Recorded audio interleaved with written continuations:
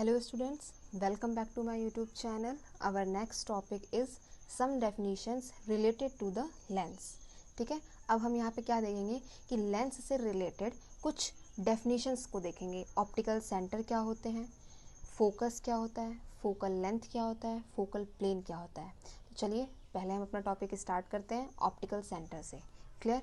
If A ray of light is incident on a lens such that after refraction through the lens the emergent ray is parallel to the incident ray, then the point at which the refracted ray intersects the principal axis is called the optical center of the lens.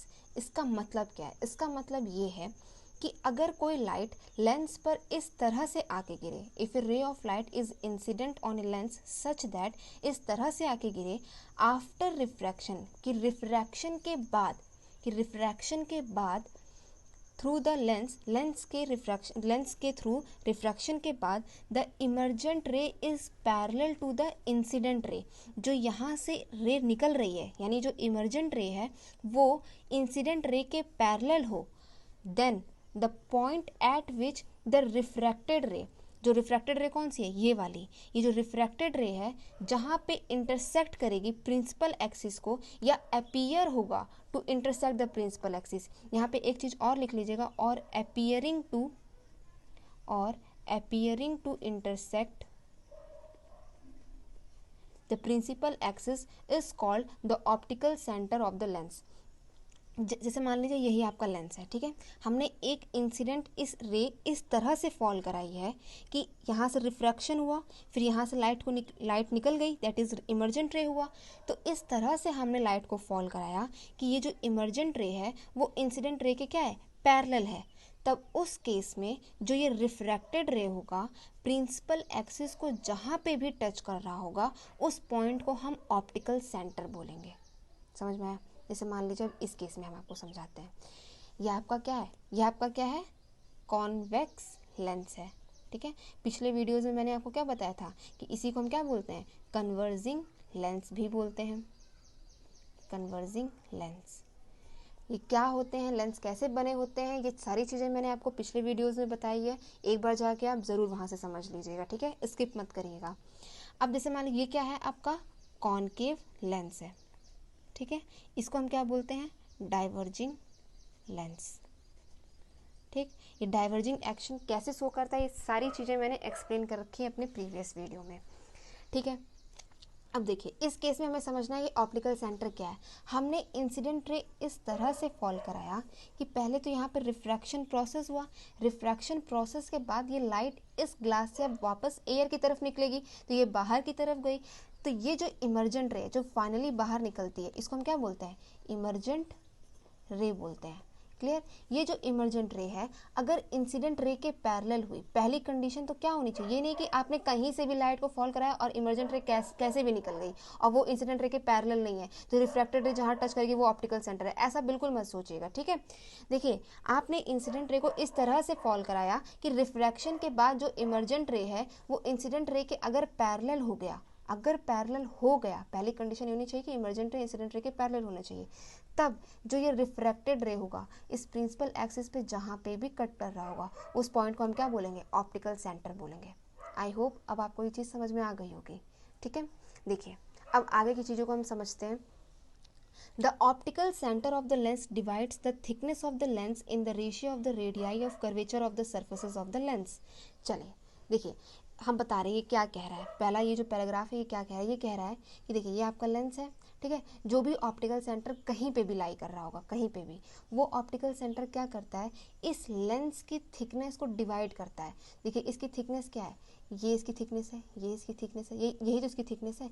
तो इस case में ये यहाँ पे है, तो जो ये ऑप्टिकल सेंटर होता है इसकी थिकनेस के रेशियो यानी कि CP1 CP1 और CP2 का जो रेशियो होता है इसको बराबर करता है रेडियाई ऑफ कर्वेचर के.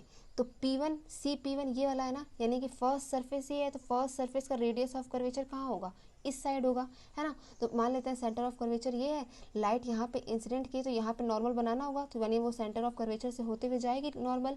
तो ये जो नॉर्मल गई है इसी को तो हम बोलते हैं रेडियस ऑफ कर्वेचर।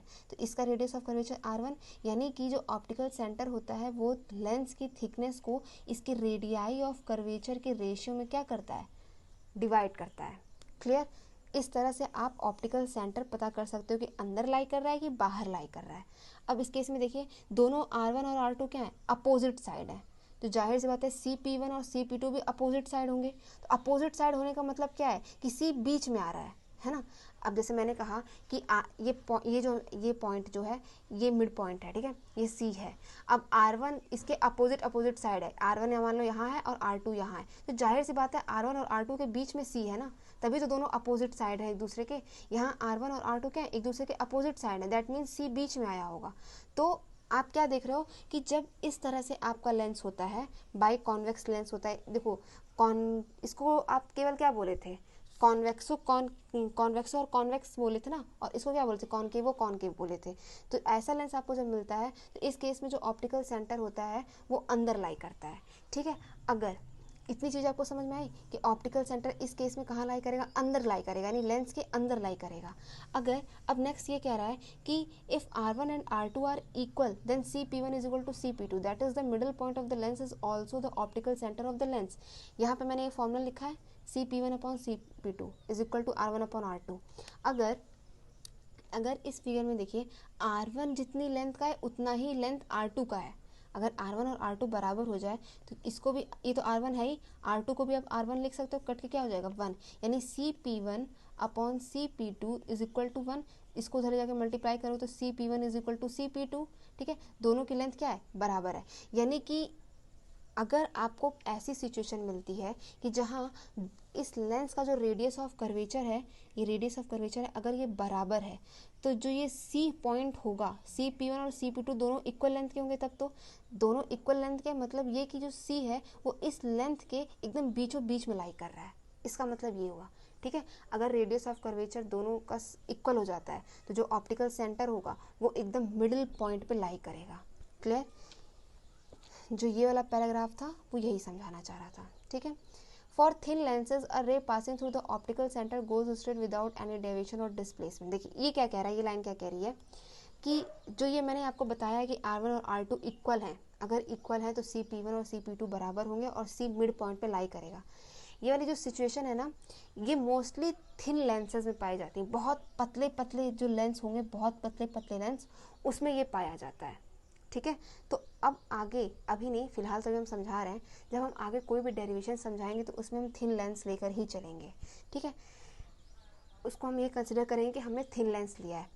ये अभी इतना पैराग्राफ आपको समझना है, ये लाइन ये कह रही है बेटा कि अगर आपने थिन लेंस लिया है और कोई भी रे अगर इसकी ऑप्टिकल सेंटर से पास हुई तो वो थोड़ा सा भी डेविएट नहीं करेगी, बिना डेविएट हुए सीधे चलिए। डेविएट करने का मतलब होता है ना मुड़ जाना, ठीक है, डेविएशन का मतलब होता है थोड़ा सा मुड़ जाना। तो जब कोई भी लाइट थिन लेंस के केस में इंसिडेंट होगी और इस तरह से इंसिडेंट हो रही है कि वो ऑप्टिकल सेंटर की तरफ जा रही है, उसके पास से होकर गुजर रही है, तो फाइनली जब वो ग्लास से एयर की तरफ जाएगी तो कोई रिफ्रैक्शन प्रोसेस नहीं होगा, वो लाइन सीधे बाहर चली जाएगी, ठीक है, कोई डेविएशन नहीं होगा। ये तीनों पैराग्राफ आपको समझ में आ गए जो मैंने इसमें यहाँ पे लिखा है, ठीक है। अब नेक्स्ट चलते हैं प्लानो कॉन्वेक्स और प्लानो कॉनकेव के केस में। इस केस में मैंने आपको क्या बताया था कि पिछले वीडियोस में मैंने आपको बता रखा है कि किस सरफेस का इन्फिनाइट होता है रेडियस ऑफ कर्वेचर और किसका नहीं होता है, ठीक है। प्लानो कॉन्वेक्स के केस में क्या है, in plano convex and plano concave lenses one surface is plane whose radius of curvature is infinite. इस केस में क्या होता है, एक सरफेस तो प्लेन होता है जिसका रेडियस ऑफ कर्वेचर क्या होता है, इनफाइनाइट होता है, ठीक है। दूसरा सरफेस कर्व्ड होता है तो उसका रेडियस ऑफ कर्वेचर फाइनाइट होता है, ठीक है। तो फॉर्मूला क्या है, CP1 upon CP2 is equal to R1 upon R2। तो यहाँ पे मान लेते हैं ये फर्स्ट सरफेस है, उसी का रेडियस ऑफ कर्वेचर हमने क्या माना है, R1। फर्स्ट सरफेस ये है जो कि प्लेन है, इसका रेडियस ऑफ कर्वेचर हमने क्या माना है, R1। तो दोनों केस में R1 की वैल्यू क्या है, इनफाइनाइट। तो जब हमने इनफाइनाइट रखा, R2 तो कोई फाइनाइट ही होगा, जब इनफाइनाइट को किसी फाइनाइट नंबर से डिवाइड करते हैं तो इनफाइनाइट आता है, ठीक है। और किसी नंबर को जब हम 0 से डिवाइड करते हैं तब भी इनफाइनाइट आता है, लेकिन जब किसी नंबर को हम इनफाइनाइट से डिवाइड करते हैं तब 0 आता है। क्लियर, ठीक है। तो यहाँ इन्फानाइट किसी नंबर से डिवाइड हो रहा है तो क्या आ रहा है, इन्फानाइट आ रहा है। इसका मतलब क्या है, इसका मतलब ये है कि नीचे वाली क्वांटिटी जरूर जीरो हुई होगी, यानी Cp2 की वैल्यू क्या रही होगी, जीरो रही होगी। ठीक है, Cp2 का जीरो होने का मतलब क्या है, अब तक आप इस वाले ऐसे सिचुएशन में क्या देख रहे थे, C इधर है P2 इधर है, तो Cp2 की कोई लेंथ होती थी, अब Cp2 की लेंथ क्या हो गई है, जीरो हो गई है, यानी C और ये P2 एक दूसरे के ऊपर चढ़े हुए हैं। ये जो पॉइंट P2 है उसी को हम क्या बोलेंगे, C बोलेंगे। ठीक है, तो प्लानो कॉन्वेक्स और प्लानो कॉन्केव के केस में जो कर्व्ड सरफेस होता है उसका जो पोल होता है उसी पोल को हम क्या बोलते हैं, सेंटर ऑफ कर्वेचर बोलते हैं। ये चीज थी सेंटर ऑफ कर्वेचर नहीं, ऑप्टिकल सेंटर बोलते हैं। ठीक है, sorry, that is the optical center C of these lenses is situated at the pole of the curved surface of the lens। अब देखिए, अब आपका है कॉन्केवो कॉन्वेक्स और कॉन्वेक्सो कॉन्केव। ठीक है, कॉन्केवो कॉन्वेक्स और कॉन्वेक्सो कॉन्केव लेंस में क्या होता है कि इसका जो रेडियाई ऑफ कर्वेचर होता है एक ही साइड लाई करता है, दोनों सरफेस का एक ही साइड लाई करता है, यानी कि इस केस में पक्का जो ऑप्टिकल सेंटर होगा वो कहाँ लाई करेगा, बाहर लाई करेगा। ठीक है, ऑप्टिकल सेंटर कहाँ पे होता है, मैंने पिछले अभी मैंने स्टार्टिंग में आपको बताया ना, ऑप्टिकल सेंटर कहाँ पे होता है। आपने लाइट को कुछ इस तरह से फॉल कराया कि इमर्जेंट रे इंसिडेंट रे के पैरेलल है, तब जो रिफ्रैक्टेड रे होगा वो प्रिंसिपल एक्सिस को जहाँ पे भी कट कर रहा होगा या जहाँ अपीयर हो रहा होगा कि वो कट कर रहा है, उसी पॉइंट को हम ऑप्टिकल सेंटर बोलते हैं। तो ये जो लाइन है, ये रिफ्रैक्टेड रे है, ये कहीं ऑप्टिकल सेंटर को कट नहीं कर रहा है, लेकिन ऐसा लग रहा है कि अगर इसको हम आगे की तरफ बढ़ाते तो वो यहाँ पे कट करता है, यानी it is appearing to intersect the principal axis at this point, that's why this point is known as the optical center। Okay, इन दोनों केस में जो ऑप्टिकल सेंटर होता है वो लेंस के बाहर लाई करता है। प्लानो कॉन्वेक्स और प्लानो कॉन्केव के केस में क्या था, सॉरी, प्लानो कॉन्वेक्स और प्लानो कॉन्केव के केस में क्या था कि वो पोल पे लाई कर रहा था, जो कर्व्ड सरफेस है उसके पोल पर लाई कर रहा था, और जो ये कॉन्वेक्स लेंस और कॉन्केवो कॉन्केव लेंस था, इसमें केस में क्या था कि जो सेंटर ऑप्टिकल सेंटर है वो लेंस के अंदर लाई कर रहा है। क्लियर, इतनी चीज़ आपको सबको समझ में आ गई। चलिए आगे हम देखते हैं कि फोकस क्या होता है और फोकल लेंथ क्या होता है। The rays starting from a fixed point on the principal axis, the rays starting from a fixed point on the principal axis of a lens or appearing to go towards a fixed point on the axis after refraction through the lens become parallel to the principal axis, this point is called the first focus of the lens। देखिए, the distance of the first focus from the optical center of the lens is called the first focal length of the lens। ये क्या कह रहा है, ये कह रहा है कि या तो किसी फिक्स्ड पॉइंट से लाइट बाहर निकल रही हो, या तो ऐसा अपीयर हो रहा हो कि सारी लाइट रेज किसी फिक्स्ड पॉइंट की तरफ जा रही है, या तो निकल रहा हो, रियलिटी में निकल रहा हो, किसी फिक्स्ड पॉइंट से लाइट निकल रही हो, या तो अपीयर हो रहा है कि सारी रेज किसी फिक्स्ड पॉइंट की तरफ जा रही हैं। तो रिफ्रैक्शन के बाद वो रेज प्रिंसिपल एक्सिस के अगर पैरेलल हो जा रही हैं, यहाँ पे भी ये किसी फिक्स्ड पॉइंट की तरफ सारी जा रही है, किसी एक ही फिक्स्ड पॉइंट की तरफ सारी जा रही हैं, रिफ्रैक्शन के बाद सारी लाइट रेज पैरेलल हो जा रही हैं, तो ऐसी सिचुएशन में वो जो फिक्स्ड पॉइंट है उसको हम बोलते हैं फोकस। ठीक है, तो यहाँ पे देखिए, ये जो पॉइंट है यहाँ से सारी रेज क्या हो रही है, निकल रही हैं, फिक्स्ड पॉइंट से सारी रेज निकल रही हैं और फाइनली क्या हो रही है, पैरेलल हो जा रही है प्रिंसिपल एक्सिस के। तो जो ये फिक्स्ड पॉइंट है ना, इसको हम बोलते हैं फोकस। ठीक है, यहाँ पे क्या है, सारी रेज ऐसा अपीयर हो रहा है कि किसी फिक्स पॉइंट की तरफ आ रही है, रिफ्रैक्शन होते ही वो सारी रेज क्या हो जा रही है, प्रिंसिपल एक्सिस के पैरेलल हो जा रही है। तो इस केस में जो ये फिक्स पॉइंट है जहाँ पे वो सारे अपीयर हो रहे हैं कि यहाँ पे आएंगी, उस फिक्स पॉइंट को हम बोलते हैं फोकस। और फाइनली इसको सिर्फ फोकस ही नहीं बोलते, इसको बोलते हैं फर्स्ट फोकस। ठीक है, याद रखिएगा, इसको हम क्या बोलते हैं, फर्स्ट फोकस। ये पॉइंट पे क्या है, फर्स्ट फोकस है। क्लियर। अच्छा, इस ऑप्टिकल सेंटर से इस फर्स्ट फोकस के बीच की जो लेंथ होती है इसको हम बोलते हैं first focal length. First focal length. वैसे यहाँ पे मैंने लिखा नहीं, यहाँ पे जो ऑप्टिकल सेंटर है, इस ऑप्टिकल सेंटर से इस फोकस तक की जो लेंथ है उसको हम क्या बोलेंगे, फर्स्ट फोकल लेंथ। क्लियर। ठीक है, अब सेकेंड फोकस और प्रिंसिपल फोकस की तरफ हम आते हैं। इसमें क्या होता है, the rays travelling parallel to the axis of the lens after refraction through the lens either go towards a fixed point on the axis or appear to come from a point, this point is called second focus or the principal focus of the lens. The distance of the second focus from the optical center of the lens is called the second focal length or the principal focal length of the lens। देखिए इसमें क्या होता है, यहाँ पे मैंने signify नहीं किया है, आप इसके रेज को सिग्निफाई कर लीजिएगा। मान लीजिए दोनों केस में ये कौन सा लेंस है बेटा, कॉन्वेक्स लेंस है, ठीक है, और ये कौन सा लेंस है, कॉनकेव लेंस है। सॉरी आपको दिख नहीं रहा होगा, ये आपका कैसा है, कॉनकेव लेंस है। पिछले वीडियोस में मैंने बता रखा है कॉन्वेक्स लेंस को हम क्या बोलते हैं, कन्वर्जिंग लेंस बोलते हैं, ठीक है, इसको हम क्या बोलते हैं, डाइवर्जिंग लेंस बोलते हैं, ठीक है। दोनों केस में अगर हमने लाइट को, दोनों केस में मतलब कि दोनों लेंस में हमने लाइट को पैरेलली फॉल कराया, प्रिंसिपल एक्सिस के पैरेलल हम लाइट को लेके गए, ठीक है, तो इस केस में क्या होता है कि सारी रेज किसी एक फिक्स्ड पॉइंट की तरफ आके क्या होती है, कन्वर्ज होती है, इस पॉइंट की तरफ आके कन्वर्ज होती है। इस केस में क्या होता है कि सारी बाहर डाइवर्ज हैं तो डाइवर्ज करती हैं, ऐसा हमें लगता है कि जो सारी रेज जो डाइवर्ज हुई हैं वो किसी फिक्स्ड पॉइंट से निकल रही हैं, ऐसा हमें अपीयर होता है। इस केस में अपीयर होता है, इस केस में एक्चुअली वो सारी रेज क्या होती हैं, एक पॉइंट पे आके मिलती हैं, ठीक है। तो इस केस में जो ये आपका फोकस है इसको हम बोलते हैं सेकेंड फोकस, और यहाँ पे जो ये फोकस है इसको भी हम क्या बोलते हैं, सेकेंड फोकस। क्लियर।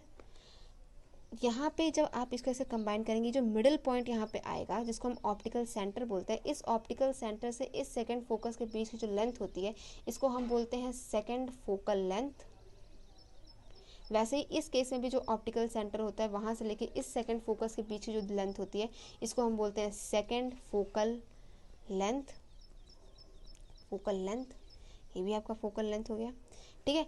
ये जो फोकस है ना सेकंड फोकस, इसी को हम प्रिंसिपल फोकस भी बोलते हैं, प्रिंसिपल फोकस, ठीक है।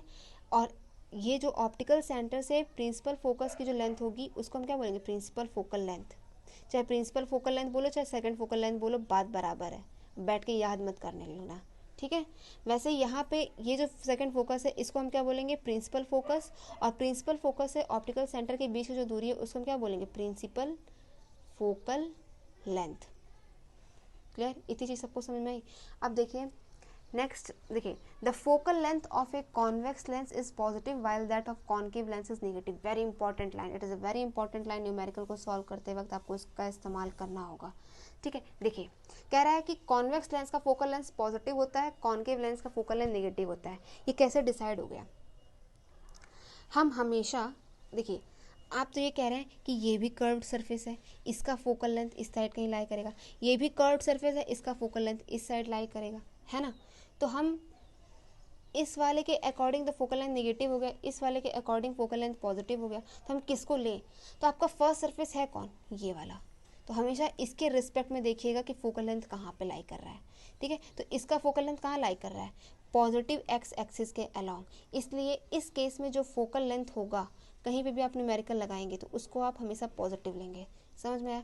कॉनकेव के केस में आओ तो फर्स्ट कर्व्ड सरफेस कौन सा है, ये वाला है, तो इसका फोकस कहाँ पे लाई कर रहा है, इस साइड लाई करेगा। इसको अगर आप पूरा से कर्व्ड सरफेस बनाओ तो इसका फोकस कहाँ आएगा, इसी साइड आएगा। तो इसका जो फोकल लेंथ है वो कहाँ पे लाई कर रहा है, निगेटिव एक्स एक्सिस के अलोंग लाई कर रहा है, तो इस केस में जो फोकल लेंथ होगा वो क्या होगा, नेगेटिव होगा, समझ में आया। तो हमेशा याद रखना कॉन्वेक्स लेंस का फोकल लेंथ पॉजिटिव होता है, कॉनकेव लेंस का फोकल लेंथ कॉन्वेक्स लेंस का जो फोकल लेंथ होता है वो पॉजिटिव होता है, और जो कॉनकेव लेंस होता है उसका फोकल लेंथ निगेटिव होता है, ठीक है।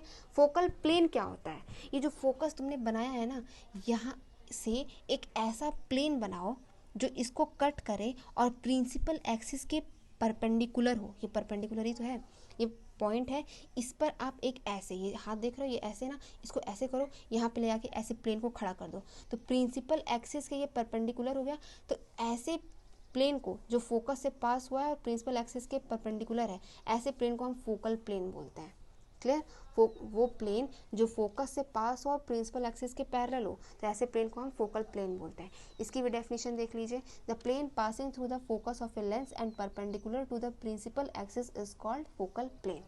इतनी चीज़ सबको समझ में आई, ठीक है। अब हम अपने नेक्स्ट वीडियोस में थिन लेंस का जो फॉर्मूला होता है 1/v - 1/u = 1/f, उसका डेरिवेशन समझेंगे, ठीक है।